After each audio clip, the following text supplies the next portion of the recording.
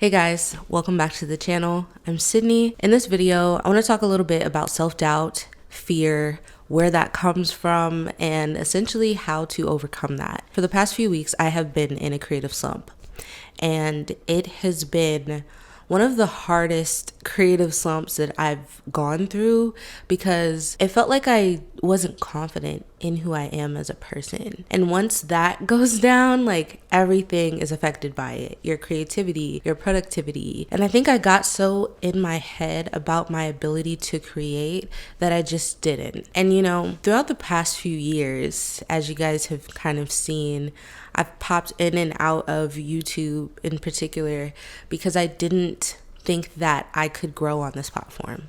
I didn't think that I had the ability to be consistent enough to see the growth, because every time I would try, I would get discouraged and I would stop. And the cycle just kind of continues and continues and continues. I've created a video before talking a little bit about self-doubt and self-sabotage and why we do those things. And a lot of that really comes back to trauma and like how you grew up and how your creativity was encouraged or discouraged, because at the end of the day, self-doubt is fear. So where is that fear coming from?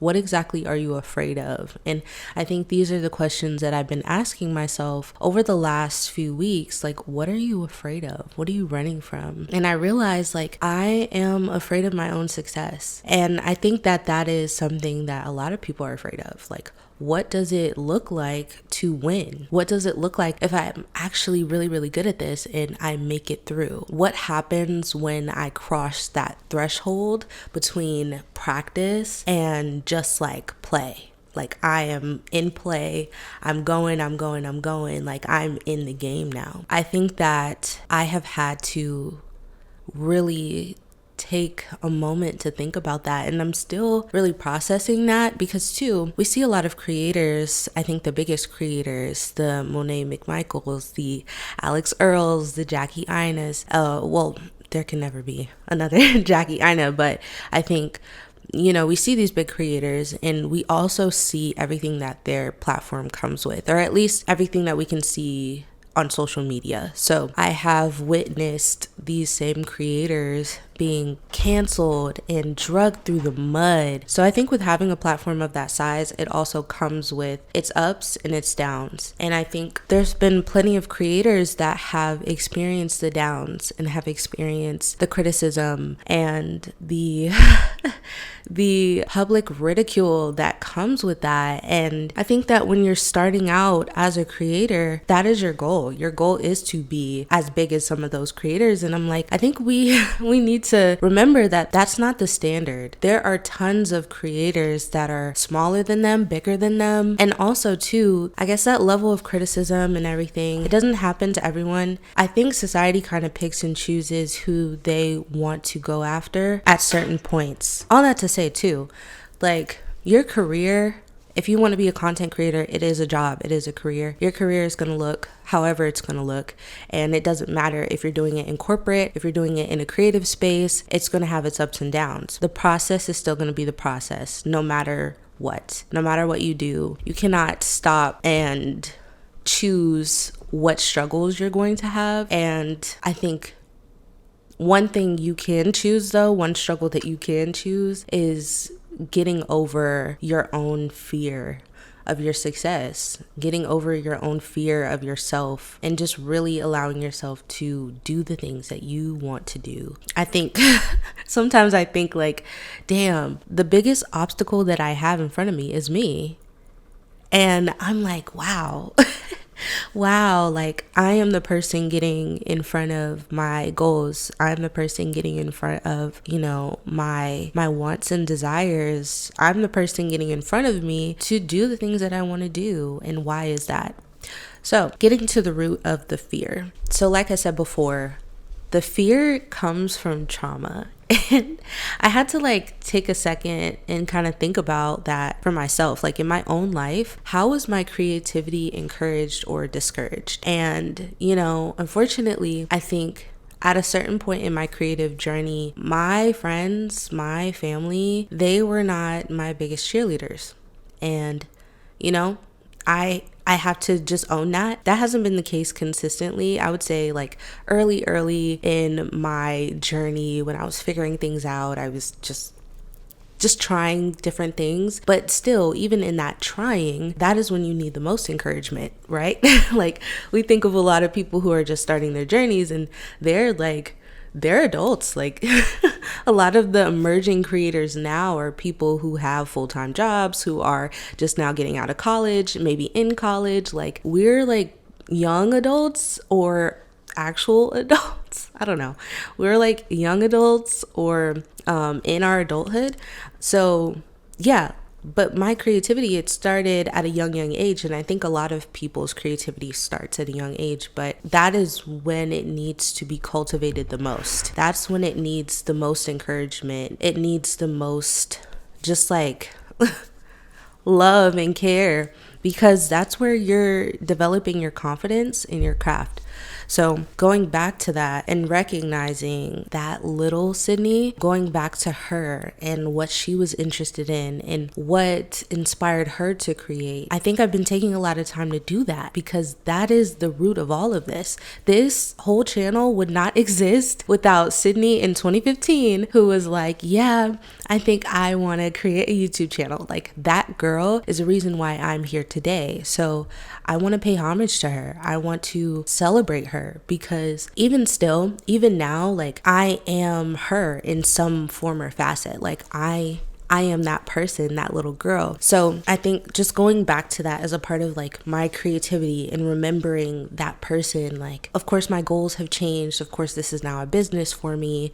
Of course, like, I have new goals and aspirations for what I want this to look like. But the root of it and the passion that I had, it came from that person. So say all that to say, I think back to your youngest self. Like, when was your first memory of creativity? What did that look like for you? You know, and like really celebrate that. Like, give that little version of yourself what they needed, and you know, draw that back up when you're kind of in this like slump, in this feeling of feeling stuck and feeling less confident about yourself and your ability, because that version of you knew that they could do it, and they tried. And they failed, and they tried again, and they didn't even know what failure was really, and just was doing things just because it felt good. So that's something I hold close to me, and I'm trying to just like celebrate her. So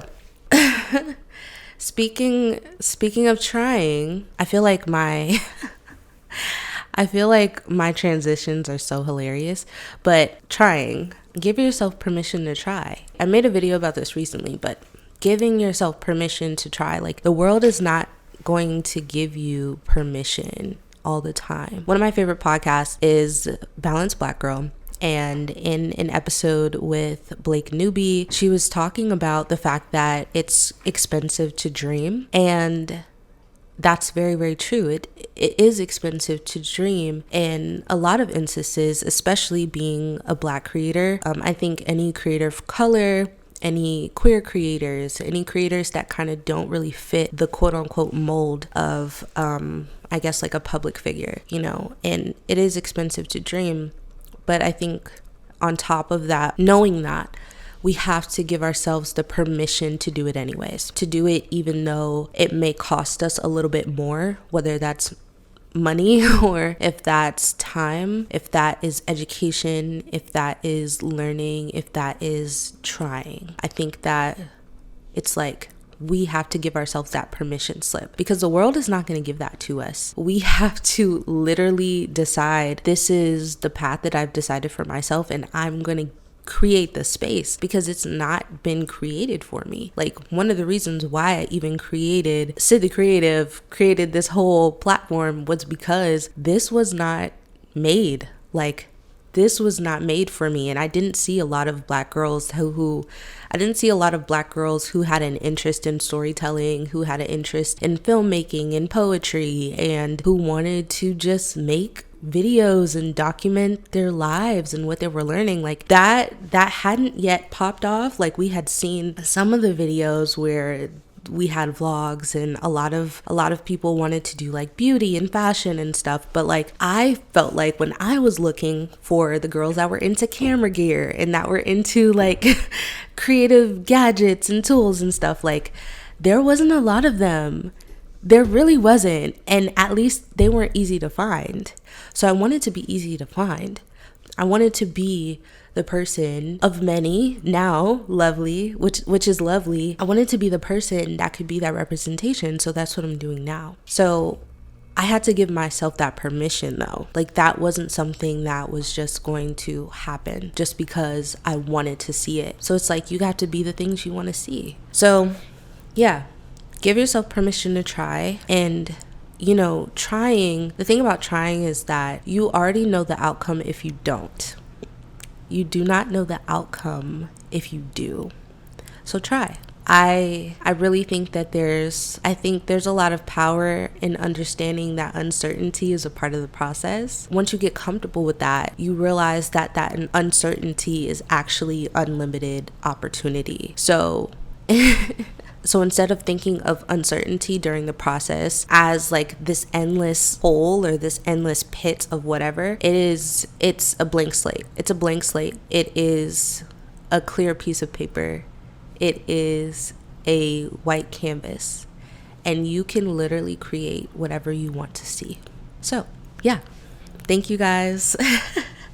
I think that wraps up today's video. If you resonated with anything that I said or have any advice for overcoming self-doubt, fear of your own success, please comment down below and let me know. Yeah, I'm sure someone else in the comments watching this video will also need to hear that. But thank you guys for sticking around. I'm excited to see how this channel continues to grow and how I continue to grow as a person, as a creative. And thank you guys for just being along the journey. So yeah.